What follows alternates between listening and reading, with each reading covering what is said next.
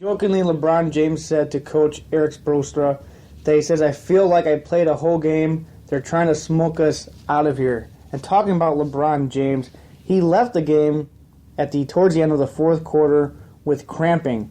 And now there's a whole thing going on with LeBronzing where fans are posing pictures of themselves being carried by two people like LeBron James was in Game 1 against the Spurs. Were you somewhat surprised that LeBron did not return in that game?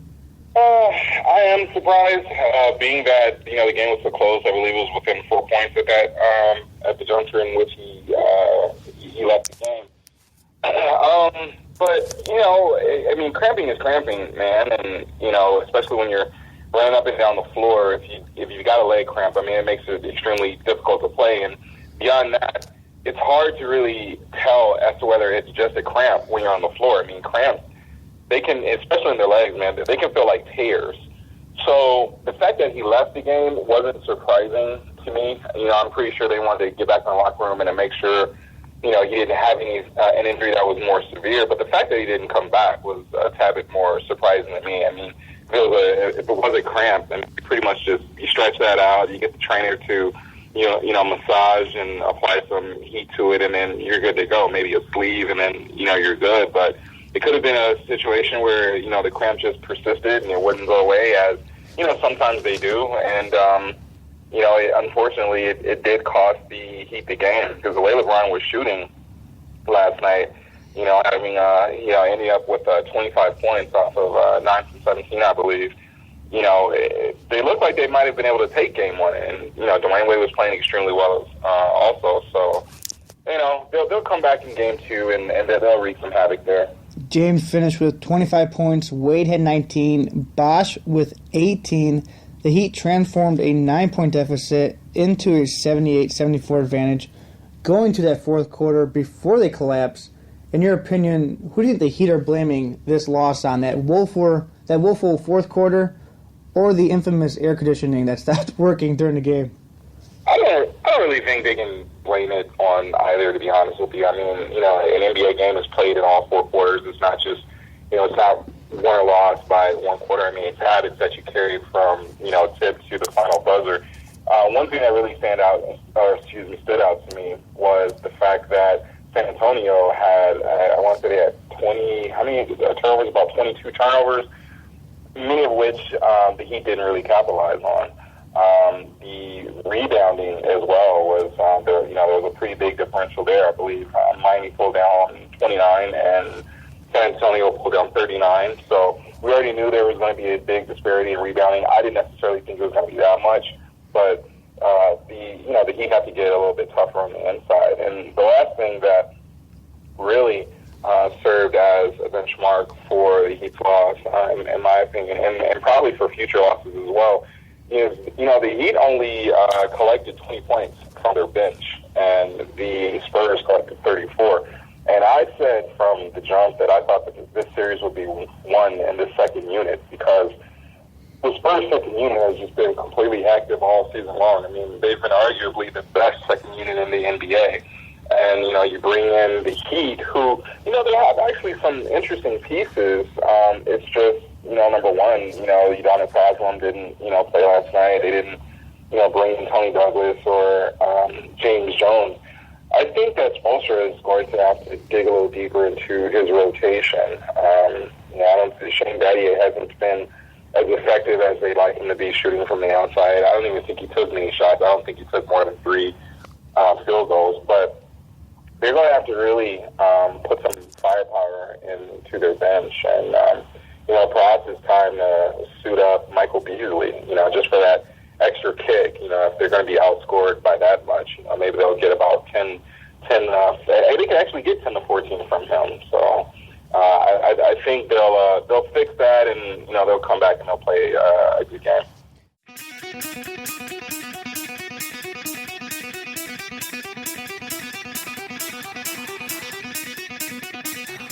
The one question everybody wants to know off the bat is will California Chrome end this Triple Crown drought and win the Triple Crown? Well, I wish I had a magic 8-ball and could shake it up and get a definitive answer for you. Trying not to be a curmudgeonly old man at age 43, but I've been down this road at least 10 times in my lifetime, and 10 times the horse has come up short for a variety of reasons. So I'm getting excited about it, but I'm still a little skeptical and a little wary about what's going to happen tomorrow. Yeah, most recently we had I'll Have Another back in 2012, Big Brown in 2008, Smarty Jones in 2004, Funny Side in 2003, and War Emblem in 2002, just to name a few who came close of ending that Triple Crown drought in horse racing. Does California Chrome have something different that these horses don't have that could perhaps end this drought? I compare California Chrome probably most closely to Smarty Jones and maybe Silver Charm. I think he's got a good about, like Silver Charm he was a fighter, and if he saw another horse coming, then he was going to fight back and try not to let that horse pass him. The jockey on the horse that beat him that day, Touch Gold, was smart enough to come flying on the far outside, and by the time Silver Charm saw that horse, Touch Gold had already sort of run by and won the race. Smarty Jones is another comparable. He was a speedy horse as well, and I blame his loss more on the jockey than anything. I think he used his speed a little bit too early in the Belmont Stakes and didn't have a lot of experience riding at Belmont Park, which is a mile and a half around and is a unique facility in American racing. So I think if Victor Espinosa can guide California Chrome, use his speed judiciously, and not sort of waste it like Stuart Elliott did on Smarty Jones, I think he's going to have a little bit better chance than Smarty Jones did in 2004. Yeah, California Chrome enters 3-5 favorite to win it at the second post. You like the position it's in for tomorrow's race? Yeah, I think so. He has to get a good break and get a good position like he did in the Preakness. And I think after that, he can do whatever he wants. And that's one advantage this horse does have is he doesn't need a hot pace in front of him. He can be on the lead if nobody wants it. He can sit second or third or fourth if people want to go, if other horses want to be held up for the lead. So assuming he breaks well, he'll be on the inside. He might have to use him a little bit just to make sure that other horses don't come over on top of him, just like he did in the Preakness. But after that, it's just a matter of if he can have the stamina and, assuming he gets a cleared run to the first turn, then it's just a matter of if he'll have enough left, that last eighth of a mile. Yeah, Belmont Stakes are tomorrow. You have any worries how Chrome will take to his first 1/2 mile race, or perhaps the layout track you're worried about for California Chrome? Yeah, I think that's the big issue. I think he's going to be there. I think it's going to be a very exciting race. I think he's going to have, come the top of the stretch and maybe mid-stretch, maybe at the 8th pole. He's going to be right there, either battling with Tonalist or going to have a bit of a lead, and there might be a horse coming after him like Wicked Strong. But so I think it's going to be, if he loses this race, it's going to be that last 16th of a mile. But I think he's going to put on a good show for us for sure.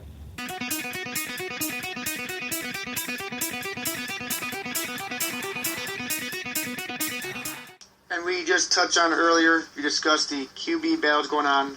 For example, Michael Vick, Geno Smith. Other notable ones are Menzel versus Hoyer, Cherney and Blake Bortles over there. Just to name a few. Any new developments regarding these positional battles? Yeah, I haven't really read anything that jumped out and really surprised me. I know a lot of folks made a big deal out of Manziel getting some first-team reps with the offense in Cleveland, but Mike Pettin come out and said basically, as much as anything, that's just an effort to kind of limit Brian Hoyer's time on the field and maybe limit the odds of some accidental contact like we saw with Sean Lee and limit the chances of injury. I know that in Minnesota, all three quarterbacks, Christian Ponder, Matt Castle, and Teddy Bridgewater, have all three been getting first-team reps. I think that's something we can see continue, at least until camp gets underway in earnest. And I don't blame Mike Zimmer. He's still trying to get a feel for some of these new players and maybe establish a little bit of a pecking order for once they get into training camp. But as far as the quarterback battles, nothing that I can say that's really surprised me. I think so far things are progressing pretty much as we'd expect. I think in Minnesota it's kind of like a big mess with Ponder, Castle, and Bridgewater over there. You think they go with a veteran in the first year, or think they might give Bridgewater those reins? I think they're going to give Bridgewater an opportunity to win the job in camp, and I think even if he doesn't start the season, we'll probably see him by, I'll say the midway point. You don't really look for the Vikings to contend this year. If you reach a point where you're 8-9 games in, and you're sitting at, 3-6 or whatever, you might as well throw the rookie out there and see what you got. They know what they have in Matt Castle. They know what they have in Christian Ponder. They're hoping Teddy Bridgewater's going to be their quarterback of the future. As Rich Gannon said, there's only so much you can learn holding the clipboard. And a quarterback that's looking for a contract extension, Alex Smith, up in Kansas City. You wrote an article about this, if the Chiefs should give him that contract extension. His last season, he did have 3,313 passing yards to go along with 23 touchdowns and 7 interceptions, as he did help the Chiefs make the playoffs. In your opinion, do you think Alex Smith should receive that contract extension? It depends on the size of the extension we're talking about. I mean, we're living in an NFL where a decent quality starting quarterback is going to run you north of $15 million a year. That's just the reality of the situation. And yes, Alex Smith doesn't put up huge numbers, but you look at his winning percentage. I believe there's 10 quarterbacks in the NFL right now making $15 million a year in average annual salary or more. Of those 10 quarterbacks, 11, if we lump Alex Smith in there just for weighted comparison, the only quarterback of that bunch that has a higher winning percentage in the regular season over the last 3 years than Alex Smith is Peyton Manning. And say what you want about Alex Smith, call him a game manager or whatever. The guy wins football games. And yes, he had a good team in San Francisco. And yes, the Chiefs had a good defense, at least over the first half of last year. But I think Alex Smith's a little more capable than people give him credit for. You look at that playoff game last year against the Colts, he threw for nearly 400 yards. You look at the playoff game a few years ago against the Saints where he had that big touchdown run for the 49ers. He had a great game there. I don't know so much that Alex Smith can't do these things as the offense he's placed in just doesn't ask him to. Now, would I give him $18 million a year? That's pushing it. But if we're talking, if you can get Alex Smith in for, say, 16, maybe 17 million, a 4-year contract with maybe an out for the team after a couple years. If the Chiefs don't sign him to a deal like that, some other team is going to after the 2014 season. It's just quarterbacks are pricey.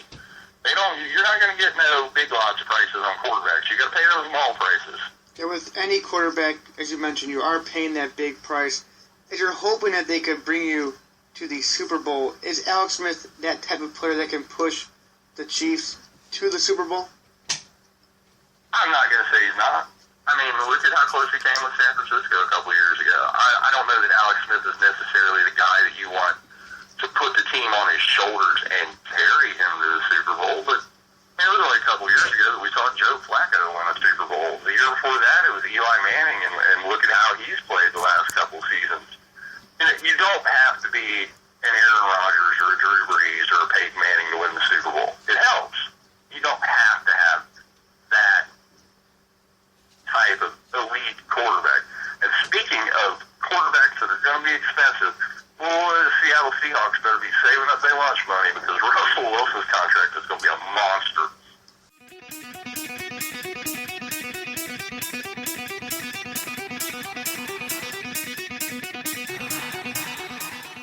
You wrote an open letter to Senator Sherrod Brown and Rob Portman, as the NFL and the NFL Players Association really needs to be investigated for banning these ex-players. You're someone who's trying to make a difference for these players. What did you write in an open letter? Well, basically, there are two major problems with the way that the NFL and NFLPA deal with the retired players. The first one is, frankly, the NFLPA does not represent the interests of the retirees. And they have been basically selling them down the river on every single opportunity to get more money for the current players. Now, you have to understand how the NFLPA is organized. The retired players don't get a vote. Who is the director and all that? They are not even involved. And so as a result, the NFL has a fixed amount of money that they're offering the NFLPA. They tend to give as much of it as possible to the current players, the active players. Basically, the crumbs left on the edge of the table go to the retirees. And the second major issue is that because the health care is not sufficient, the money from the retirees is not sufficient to cover the costs that they endure, the taxpayer is forced to pick up a lot of that expense in many, many states because they file workers' compensation claims. Now, if you remember, in the case of an extremely dangerous occupation like police and fire, almost all states have specific organizations, specific funds within their state to provide for the retirement and disability of those at high-risk occupations. So it's not only is the NFL able to get the NFLPA to agree to next to nothing in terms of health care for the retirees, but the NFL and the NFLPA are pushing, despite the fact it's $1 billion a year business, are pushing those expenses off to the taxpayer. And it just isn't fair, beginning, middle, or end.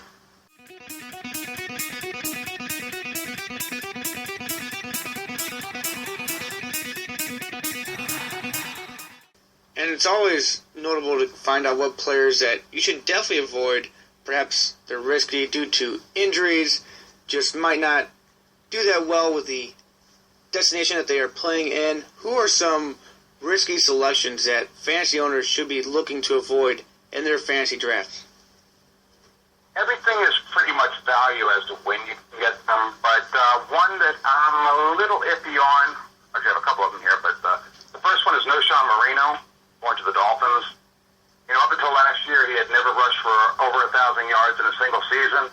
And let's face it, he had never stayed healthy since, I believe, 2009. So I believe if you take in the loss of the Peyton Manning effect, and the fact that Lamar Miller, Daniel Thomas are still both in Miami, and the fact that they are likely to be behind in many games, and to see that he's going late first, he's being considered as a running back 1 or a high running back 2. That's a little too expensive for my taste, and I think that will disappoint. The other one I'll throw out there is Alfred Morris. He's the other one that's going relatively early. I worry about his workload. The matter he doesn't catch passes.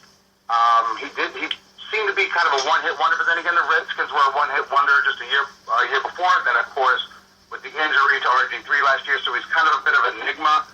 But, of course, we still have Roy Halou that's there, that's able to catch the ball out of the backfield. And the fact that they brought in Lake Seastrong. Now, granted, he was a late draft pick, but he's still going to be there competing. And considering I'm seeing Morris go beginning of second round, I'm a little iffy about that as well. Morris says he wants to be more involved in the passing game. It's hard for me to believe that, especially with Deshaun Jackson in the mix there in Washington. Would you consider Morris a very awful play in PPR leagues? PPR, absolutely. In standard, and I pretty much think in PPR terms because that's pretty much all of my leagues, but in a standard league, I would definitely rank him much, much higher. In a PPR league, the fact of the matter is they have so many options there. If he drops 1 or 2 passes, they're just not going to go to him again, just with all the options that they have there. So without a doubt, in a PPR league, I wouldn't select him probably until at least the 3rd round, and even then I'd probably think about it.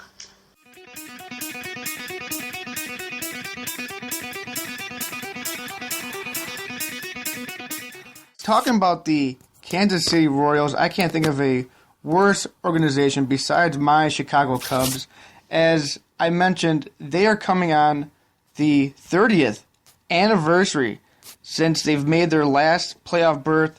The Kansas City Royals are in last place in the American League Central today, 4 months shy of their 30th consecutive year without a playoff berth, the longest drought of any team in the 4 major professional sports leagues. Is this one of the worst franchises currently in any sports?